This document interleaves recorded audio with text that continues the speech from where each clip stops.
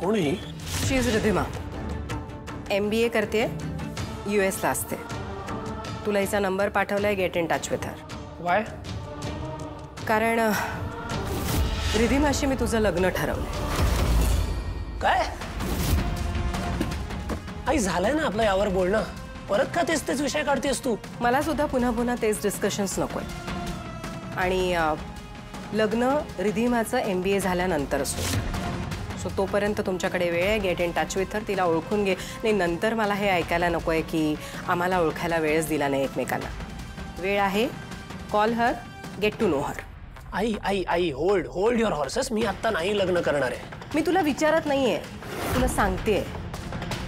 तुला याच मुलीशी लग्न करावं लागेल. अगं पण का? तुला काय वाटतंय? तुझं हे जे चाललंय ते मला कळत नाहीये. मला एक्सप्लेनेशन नकोय ऋषी. आता हॉस्पिटलमध्ये काय झालं हे तुला आणि मला चांगलंच माहिती आहे. आई मी त्या टीमचा कोच होतो म्हणून मी. ऋषी इनफ. मला परत परत ह्याच गोष्टींवर डिस्कशन नकोय. तुला माहिती आहे मला तेच विषय परत परत बोललेले आवडत नाही. आणि तुला जर असं वाटत असेल ना आई काय सारखा माझ्या लग्नाचा विषय काढते, तर let me make you one thing very very clear. माझ्या जबाबदाऱ्या आहेत आणि त्या मला पार पाडायच्या आहेत. तसंही तुझं आता लग्नाचं वय झालंय. So I think you should get married. मला माझ्या जबाबदारीतून मोकळं व्हायचंय. कळलं? आई आई अगं काय चाललंय तुझं? लग्नाचं वय काय, जबाबदाऱ्या काय, सरळ एका मुलीचा फोटो आणून देतेस तू. काय चाललंय काय?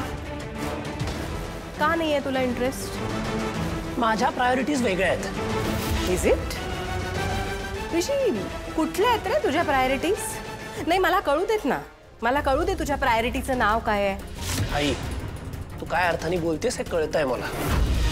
आणि तसं काही नाहीये हे सुद्धा मी सांगून झालंय. अजून किती वेळा सांगू? हो तू सांगितलंय आणि मी ऐकलंय सुद्धा. आणि एक गोष्ट डोक्यात फिक्स करून घे ऋषी, हे मी कधी होऊ सुद्धा देणार नाही. कारण ती मुलगी आहे ना, तिची माझ्या घराच्या आसपास सुद्धा दिसण्याची लायकी नाहीये. सो मी जे सांगते ते कर. Get in touch with Ridhima.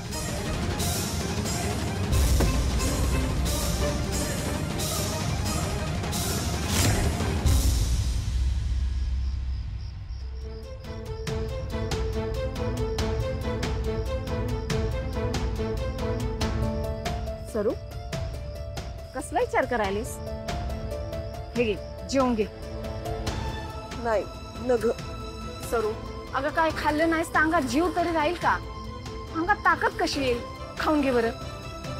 नाही वर्षे, आता माझ्या कमळीला बघितल्याशिवाय माझ्या घशाखाली घास उतरायचं नाही ग. वर्षा माझी कमळी ठीक असेल ना ग? सरू तुळजाईवर विश्वास ठेव. आणि तुला बी माहितीये तुळजाईचा आशीर्वाद हाय आपल्या कमळीवर. तिला काय बी होणार नाही.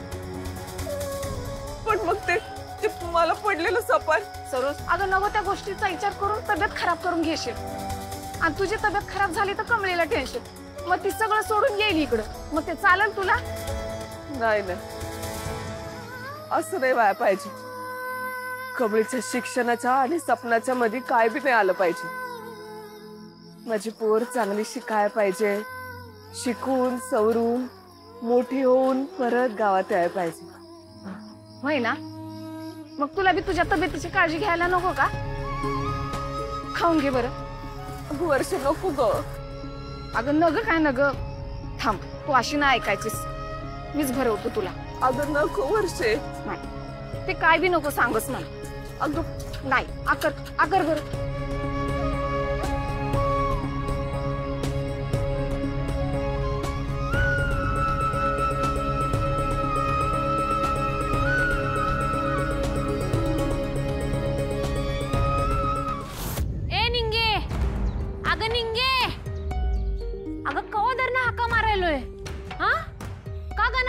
चिलीम फुकून चालायलेस हा? काय झालंय काय? कुठे लक्ष आहे? अगं सॉरी तुम्ही एक विचार करत चाललेलो. अगं तेच विचारालोय काय झालंय ते मी वर्गात सांगतो. चला वर्गात जाऊ. चल guys come on everybody gather around. मला सगळे आता मिनिट मध्ये पाहिजेत सगळे. चलो चलो चलो, Anika is speaking, so I want everybody to be here. Come on. आले सगळे? So now listen. कॉलेजच्या जनरल सेक्रेटरीसाठी आता वोटिंग सुरू होत आहे आणि त्या वोटिंग मध्ये फक्त आणि फक्त मीच उभी आहे. Now don't ask Y. हे कॉलेज माझे आहे तर मी काहीही करू शकते. आणि ॲज फक्त मीच उभी आहे त्यामुळे जिंकणारही मीच. दुसरं कोणीच जिंकू नाही शकत. जिंकू काय, उभंच नाही राहू शकत. आणि तसं पण ही कॉलेजची कबड्डी नाही आहे की कोणी पण एरे गेरे येईल आणि जिंकून चाललं जाईल. हे जनरल सेक्रेटरीचं सिलेक्शन आहे. यासाठी स्मार्ट लोक लागतात, डम नाही. I hope my point is clear to everyone. Anika, पण ह्या इलेक्शन मध्ये फक्त तू उभी नाही आहेस, अजून एक मुलगी सुद्धा उभी आहे. What? Are you joking right now? Seriously? इतके गट्स कोणामध्ये की माझ्या अगेन्स्ट उभे आहेत? ए चिवचिवाट, ती मी हाय.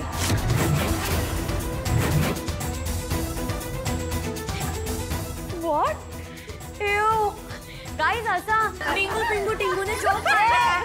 गप्पा. तुझी हीच अरेरावी ठासायची आहे आणि तुझी हीच हुकुमशाही मोडायची आहे. म्हणूनच तुझ्या विरोधात मी उभं राहणार. अच्छा तर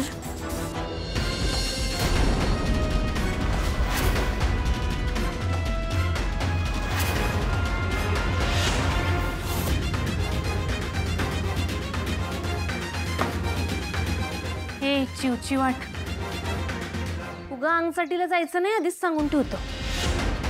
दम असल तर निवडणुकीच्या मैदानात उतरून दाखव आणि तिथं तुझी ही मस्ती आणि ताकद दाखव. नाहीतर उगा सांगातली ताकद दाखवायला जायचीस आणि निंगी तुला चांगलीच फाडून ठेवल.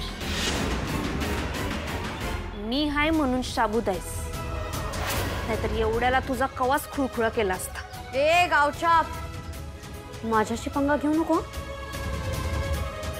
महागात पडेल. मार्क माय वर्ड्स.